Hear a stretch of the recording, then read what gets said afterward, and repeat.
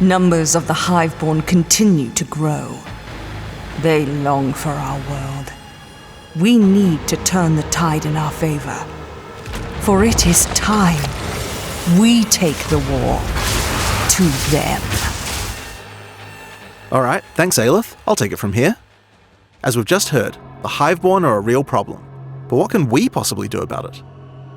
There's one thing up our sleeve, a gift from the Dreamer himself, and it stands proudly in the monastery of the Keepers of the Flame. And that is the Genesis tree in all its monstrous glory. The tree is split up into various branches. The branches all start from a respective womb on the tree. To birth items from the tree, we'll need womb gifts.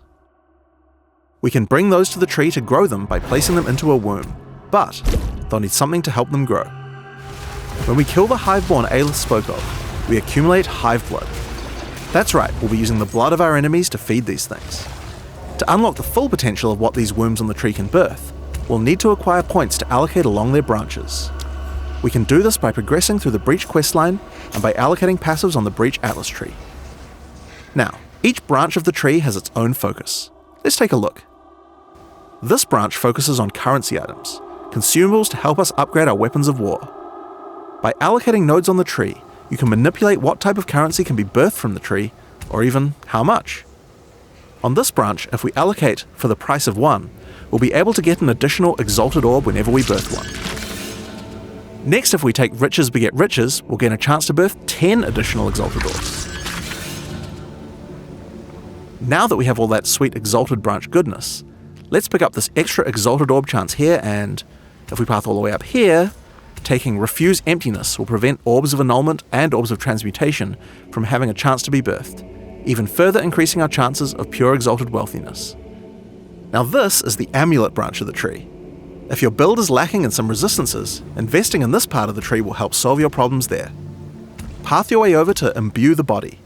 Now we can choose which resistance we'd like to guarantee on our birthed amulets. Let's grab Fire Resistance. Then while we're here, we'll take this node that improves the minimum modifier level of fire resistance. Speaking of fire, there's still some points left to allocate on this branch.